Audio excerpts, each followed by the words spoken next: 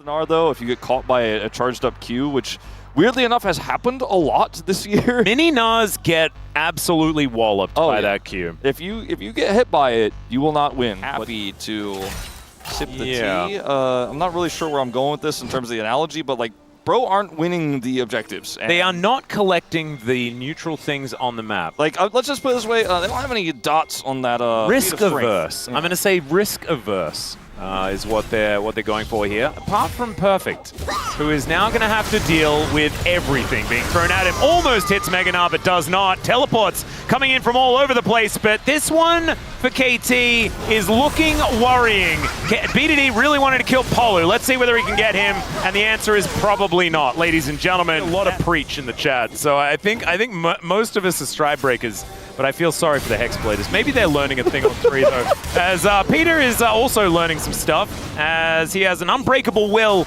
but that's going to wear off. There's the flash, Tibbers. All right.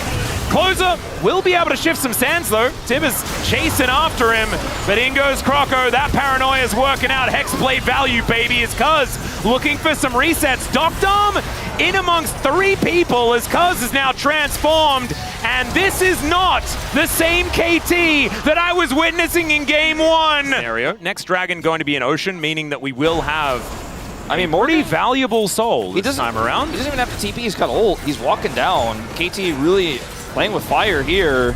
Well, this one is likely to be never mind, not a 50-50, as the train is a little late to the station. Peter is going to interrupt. Closer on a flank angle.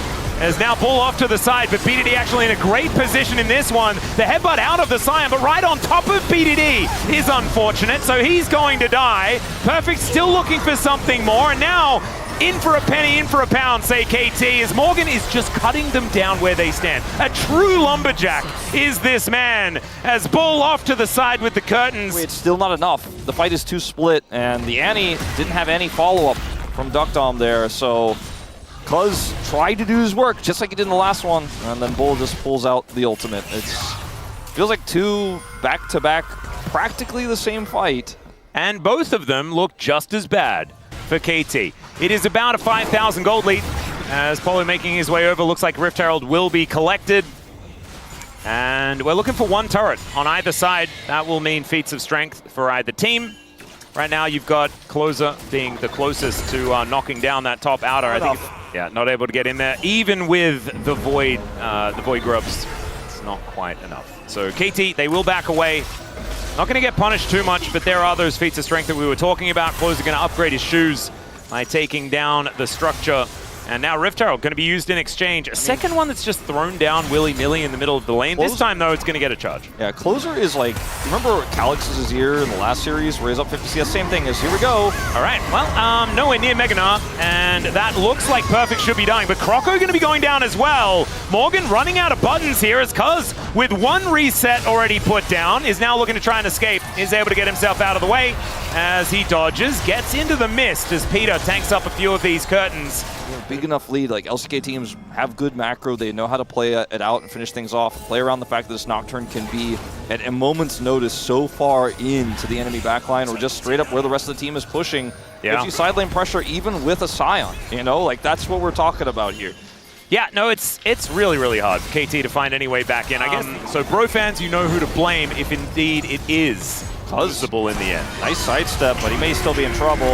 Yeah, that heartbreak is heartbreaking, ladies and gentlemen, as he just face plants. Right, he was trying to get into the little bird bath. Yeah, see a little bird bath thing that was there? I mean, based on the lore, at least then he can like go searching in there for his wife or something like that, because she also passed on to the next realm. See it.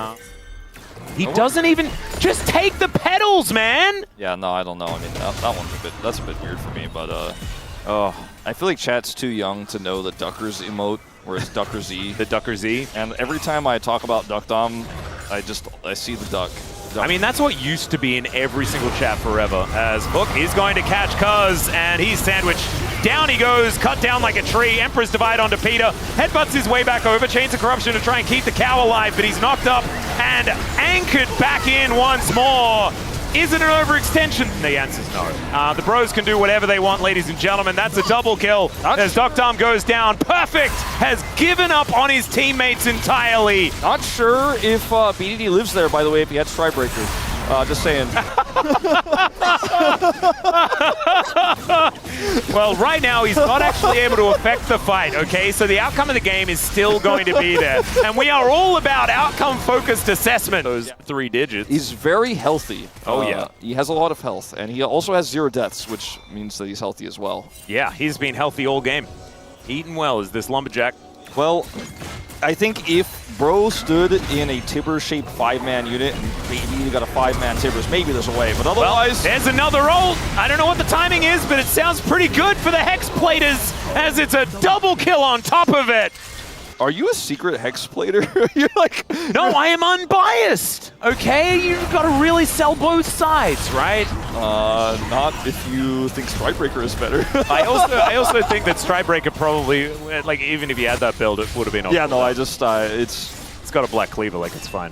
Yeah. But I didn't want to say that part of it, you know, because we need to celebrate the victories of the Hex Plater in Croco, right? Well, I mean, as commentators, it is our job, but I'm telling you what, you and I off camera later, we have a... All right. So this is a precursor to the stern talking to that I'm going to get. There's something about the Baron noise when it's extra loud that really makes me feel like I have indigestion. Okay, yeah. You know when he's like popping out of the ground? Yeah. It's like... Yeah, it does. There's a little gurgling. Because if the because it's here in LoL Park as well, like it does kind of vibrate the ground, like the base of the sound. Cuz can't. I mean, he can't see, but he can flash smite. Well, there's a paranoia as they just dive on in. That is going to be Dr. going down. He's not allowed to play the game. Into the backline goes Closer, finds PDD and delivers him. Peter going to be the last one to go down as the pros just massacre KT. A triple kill for the Hex Plater extraordinaire. They utilize their vision control incredibly well all game long, from start to finish the top side of the map. And here, they can't see anything, and they saw it way too late that they were going to get nearly fully wiped. And Bro, bouncing back after a one-sided game 1 that really didn't fill you with a lot of hope, but we are going the full distance. Another absolutely beautiful anchor there. 0-0-19 for 18. Sorry, I can't count. 0-0-18 for Polo on this Nautilus as the bros looking for even more. Peter's just like, I'm relevant. Please turn around and hit me. And they're not going to do so. They are focused on taking this Nexus down. Maybe they shouldn't be. Never mind. President Polu's there, able to get that last anchor shot in. These were some of the best highlights from today's matchup. Which moment was your favorite? Let me know in the comment section below. This is OP, and I'll see you tomorrow. Take care.